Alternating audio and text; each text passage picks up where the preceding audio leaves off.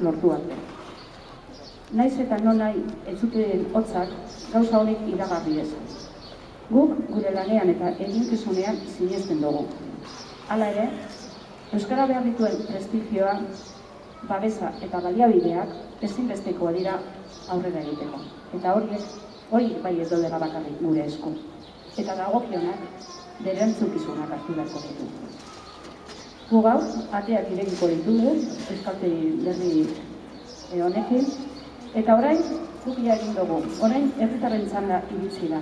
Aekak, lokal egokiak eta gizarte alabide prestuak eta prestatuak jarri ditu, orain arte jarri dituen moduen. Zuetariko asko gainera gaur hemen, jentekide bat eguzten dut.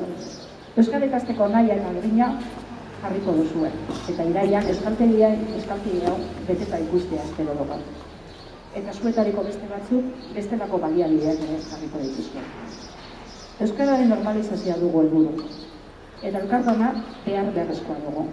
Izan ere, denon artean lortu behar dugulako Euskal Herria euskalduna. Nire aldetik, eskerrik asko eta